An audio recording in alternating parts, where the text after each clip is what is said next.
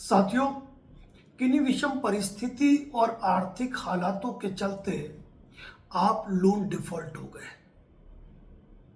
आप genuine loan defaulter है, wilful loan defaulter नहीं है। यानी कि आपके पास जितना पैसा आपको चुकाना है उतनी कोई संपत्ति आपके पास नहीं है, और न ही अभी आप इस स्थिति में हो कि लोन की ईएमआई भर पाओ। पिछले 1 महीने, 2 महीने या 6 महीने से आप लोन की किस्तों का चुकारा नहीं कर पा रहे। ऐसी स्थिति में जब कोई व्यक्ति किन्हीं विशिष्ट विषम परिस्थिति और आर्थिक हालातों के चलते लोन नहीं भर पाता है तो वह कोई अपराध नहीं करता है, लेकिन एनबीएफसी कंपनी द्वारा लगातार अपनी फर्जी लीगल टीम्स द्वारा, फर्जी लीगल रिकवरी एजेंट्स द्वारा,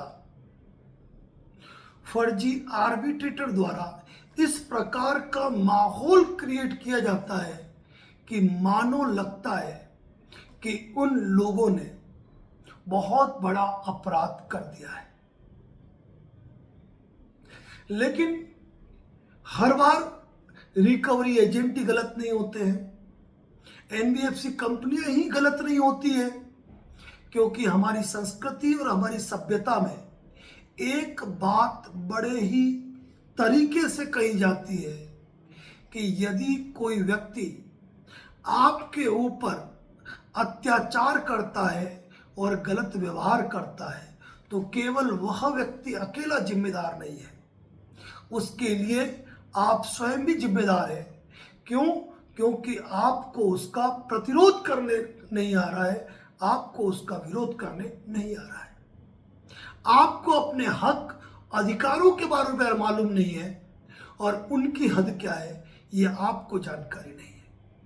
और इसी चीज का फायदा उठाते हुए एनबीएफसी कंपनियां नीतियों से परे जाते हुए और नियमों की स्पष्ट अवहेलना करते हुए और कानून को धता दिखाते हुए आम व्यक्ति को इस हद तक परेशान करते हैं कि कई व्यक्तियों को आत्महत्या करनी पड़ी है।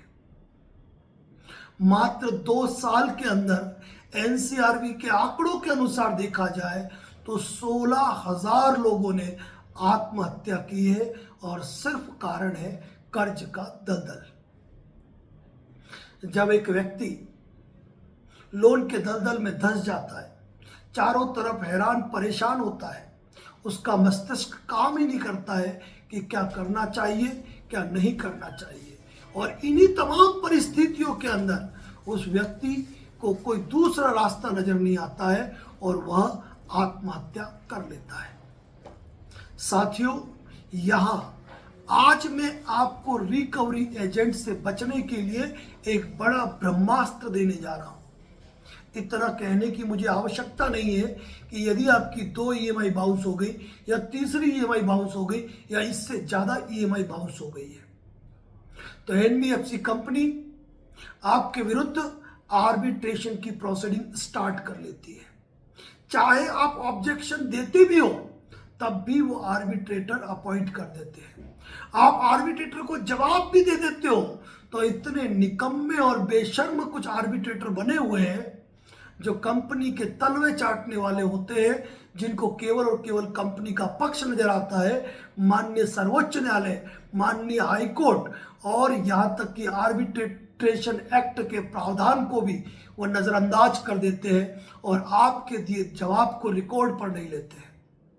लेकिन उन्हें यह पूरा ज्ञान है कि अगर किसी व्यक्ति ने मुझे ऑब्जेक्शन दिया है, इसका मतलब स्पष्ट रूप से यह है कि मेरे आर्बिट्रेशन अवार्ड को एग्जीक्यूट नहीं करा जा सकता है। किंतु कुछ मजबूरियां उनकी है और उनकी मजबूरियों के चलते उन्हें आर्बिट्रेशन की प्रक्रिया करनी पड़ती है। अब आप सोच रहे होंगे कि आर्बिट्रेटर की कौन सी मजबूरी है? जो कानून का ज्ञाता है, जो आर्बिट्रेटर का कार्य कर रहा है, उसके कौन सी मजबूरियां है? तो इसके लिए स्पेशल हमने एक वीडियो पोस्ट किया था, मैं आर्बिट्रेटर हूं, सुने मेरी कहानी। अगर आपने नहीं देखा है तो उस वीडियो को देख लीजिए। लेकिन इस वीडियो के माध्यम से मेरा केवल और केवल एक संदेश है, और वो संदेश ये है कि यदि कंपनी ने आपके विरुद्ध आर्बिट्रेशन की कार्रवाई शुरू कर दी है, यदि कंपनी आपके विरुद्ध राशि की रिकवरी का कोई भी केस फाइल कर देती है, ऐसी अवस्था में किसी रिकवरी एजेंट को आपके घर पर आकर रिकवरी करने का अधिकार नहीं है, और न ही किसी टेलीकॉलर को यह अधिकार प्राप्त है कि ऐसी कंडीशन में कि जब मामला आपका लीगल चला गया है तो वह बीच में हस्तक्षेप करे। आप भी जब कभी आरबीआई में कोई कंप्लेंट फाइल करते हो और बताते हो कि मैटर सब जुडिशियल है, मामला लीगल में चल रहा है, तो जब मामला लीगल है तो वहाँ आरबीआई भी ये कहती है कि हमारा हस्तक्षेप अब नहीं हो सकता। ऐसी स्थिति में जब आपका मामला सब जुडिश हो चुका है, पिटिशन फाइल हुई है, चाहे वो कोई भी पिटिशन हो, चाहे वो आर्बिट्रेशन हो, 138 हो, सेक्शन 25 हो, रिकवरी सूट हो, ऑर्डर 37 हो, या डीआरटी का मामला हो, किसी भी मैटर में यदि कोई लीगल प्रोसेस कंपनी कर चुकी है तो किसी रिकवरी एजेंट को अधिकार नहीं है कि वह आपसे रिकवरी करे।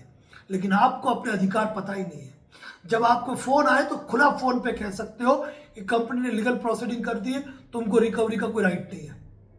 अगर सेटलमेंट पे बात करनी है तो सेटलमेंट की बात करो, इतना % मेरे पास है। कोई रिकवरी एजेंट घर आता है, मोबाइल डायरेक्ट हाथ पे लीजिए, रिकॉर्डिंग कीजिए कि जब तुम्हारी कंपनी आर्बिट्रेशन की कार्रवाई कर चुकी है या ये कार्रवाई कर चुकी है तो तुम रिकवरी के लिए मेरे घर पे कैसे आए। निकालो होम विजिट लेटर, क्योंकि तुम्हारे पास होम विजिट लेटर इसीलिए नहीं है क्योंकि तुमने लीगल कार्रवाई कर दी और कंपनी तुमको होम विजिट लेटर जारी करेगी नहीं। या लिख के दो मुझे कि कंपनी द्वारा कानूनी कार्रवाई करने के बाद भी मुझे अधिकार प्राप्त है कि मैं आपके घर पे रिकवरी करूं, और उसका नाम, उसका मोबाइल नंबर, उसका पूरा पता, उसका एम्प्लॉय आईडी, उसका डीआरएल लाइसेंस सब कुछ लिखवाइए। भागते नजर आएंगे रिकवरी एजेंट। लेकिन आप घर परिवार से डरते हैं, समाज से डरते हैं, मान प्रतिष्ठा से डरते हैं रिकवरी एजेंट के डोले शोले से। वो जमाना चला गया जब गदाधारी भीम धरती पे पैर रखते थे तो लोग डरते थे। ये जमाना वो नहीं है। ये कानून का राज है, लॉ एंड ऑर्डर है। इस कंडीशन में किसी रिकवरी एजेंट की मजाल नहीं है कि कानूनी कार्रवाई चलते हुए आपसे रिकवरी करे। वो सेटलमेंट की बात कर सकता है और कुछ भी नहीं, और उसके लिए भी वेरीफाइड सेटलमेंट लेटर लाएगा। तो साथियों, ये चीज दिमाग में बैठा लीजिए कि यदि लोन डिफॉल्ट मैटर में कोई भी कानूनी कार्रवाई शुरू हो चुकी है या आर्बिट्रेशन का नोटिस आ चुका है तो रिकवरी एजेंट को आप खुला कह सकते हो कि जब कानूनी कार्रवाई चल रही है, मामला लीगल में चला गया है, तो तुम्हें कोई अधिकार नहीं है कि तुम आर्बिट्रेशन की कार्रवाई करो। या लिख के दो, लिखते कभी नजर नहीं आएंगे आपको। तो साथियों, इन अधिकारों को आपको जानना पड़ेगा।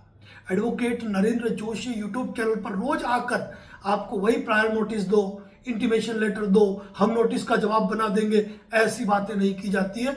आपके अधिकारों के बारे में जागृत किया जाता है, आपको वो जानकारी दी जाती है जो जानकारी आपके लिए जानना आवश्यक है।